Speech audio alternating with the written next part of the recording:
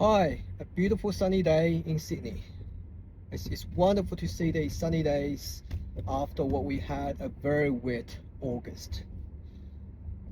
Well, I have found some time today while I'm driving to the office to give a brief update on the recent development in judicial review of migration decisions. As many would know, when there's a negative ART decision, now call it the Administrative Review Tribunal, a negative ART decision, in visa refusals or visa cancellation, there are review rights in the Federal Circuit and Family Court of Australia. First of all, what are judicial reviews? Well, judicial reviews are very different to review at the Administrative Review Tribunal. Reviews at the ART are merits reviews. In other words, they look at your case afresh from the start and look at all the evidence you presented and pretty much step in the shoe of a delegate of the Minister for Immigration.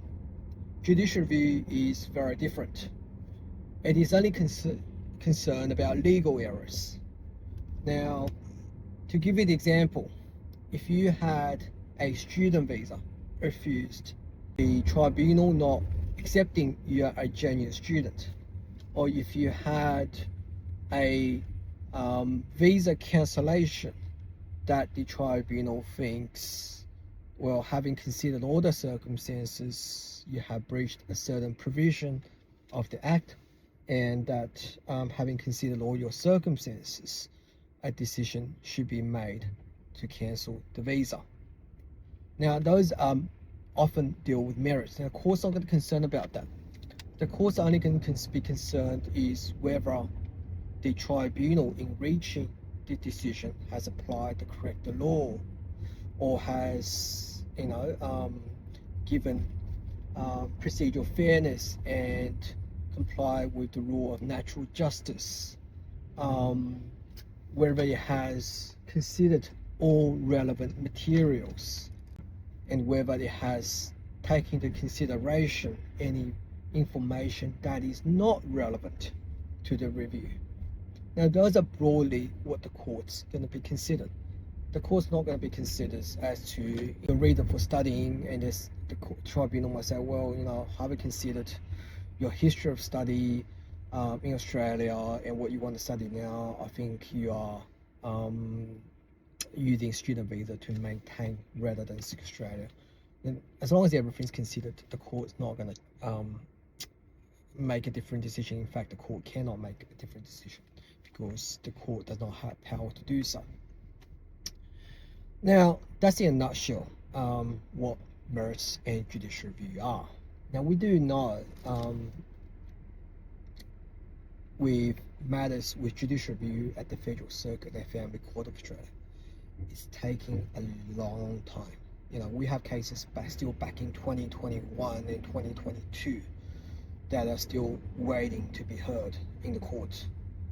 Now, regrettably, there are many cases in the Federal Circuit and Family Court of Australia that are lodged just to prolong the applicant's time in Australia.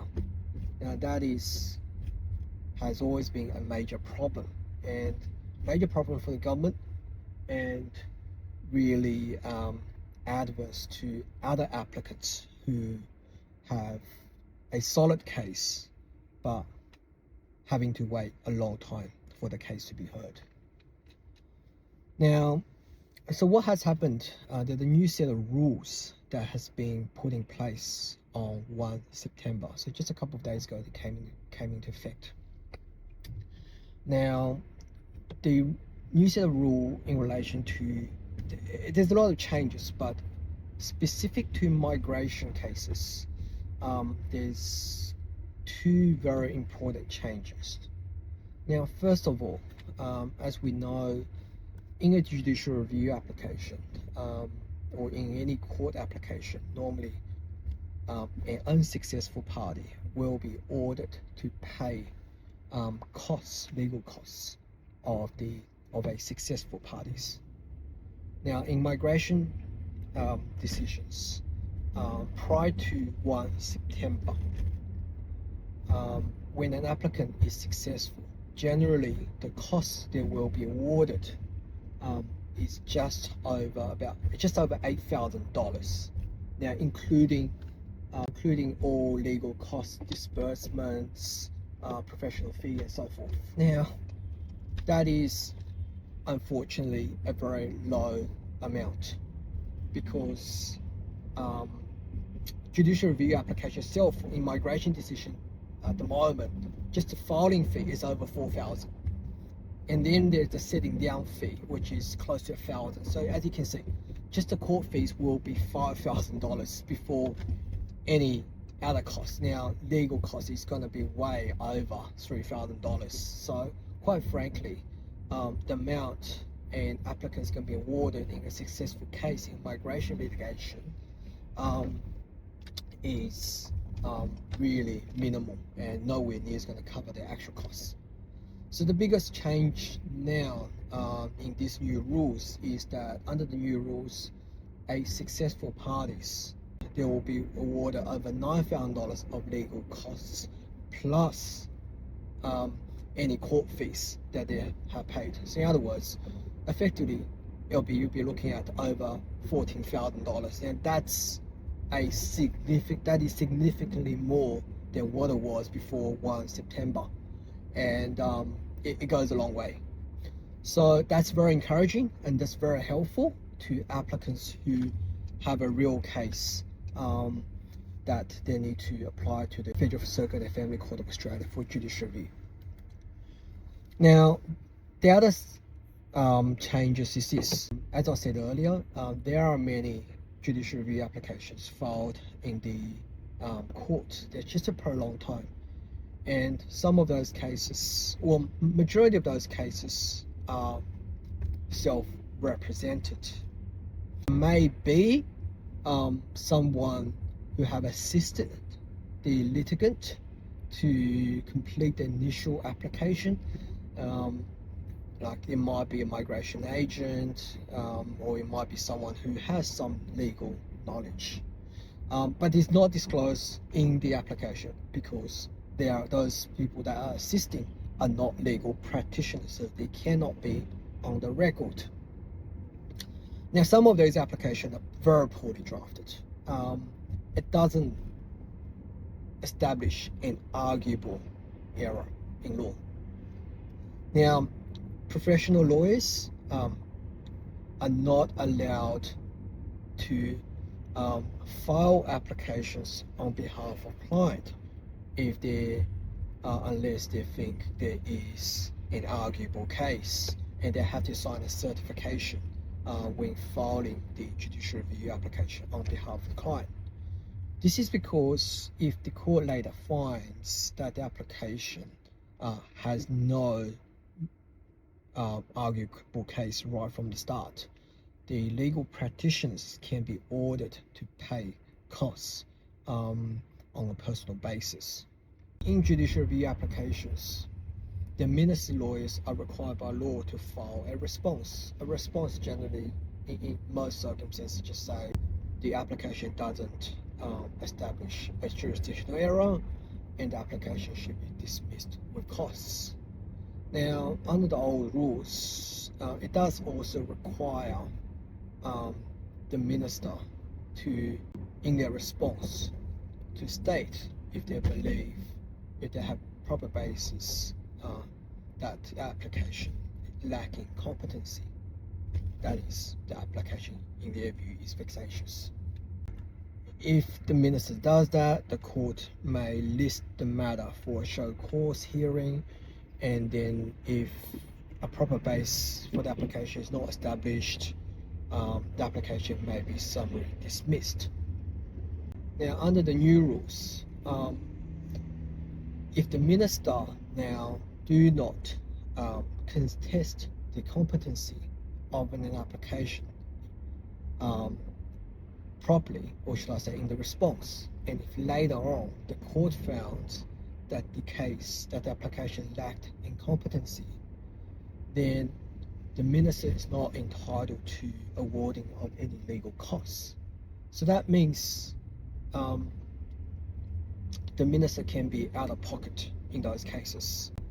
So I think this new rule now basically strongly encourage the minister to be very detailed in their response and to challenge the competency of an application if there's proper basis or risk not to recover the legal costs. This is important because I think what the courts now is trying to discourage through the court rules for vexatious application to be lodged, and to really involve the minister in assisting the court to determine, to identify which application are vexatious and bring to the court's attention at the earliest opportunity so it may be dealt with very quickly. Now, what does that mean to applicants? Well, it's a wait and see game. I don't know exactly what will happen, but I suspect that moving forward, vexatious applications or application that doesn't filed in the court that doesn't demonstrate a proper arguable errors, these cases are likely to be picked up very quickly and be dealt with in a show cause hearing and potentially be summarily dismissed. What's important out of this is if you have a negative ART decisions and you think, well, is there a proper basis for judicial review? It's best to seek advice from a competent lawyer who's focused or specialized in migration, who practice significantly in the area of migration law, so you get proper advice right from the start. Otherwise, if you get a court order for a show cause hearing and then you go to a lawyer to get advice, it'll be the time frame will be very short.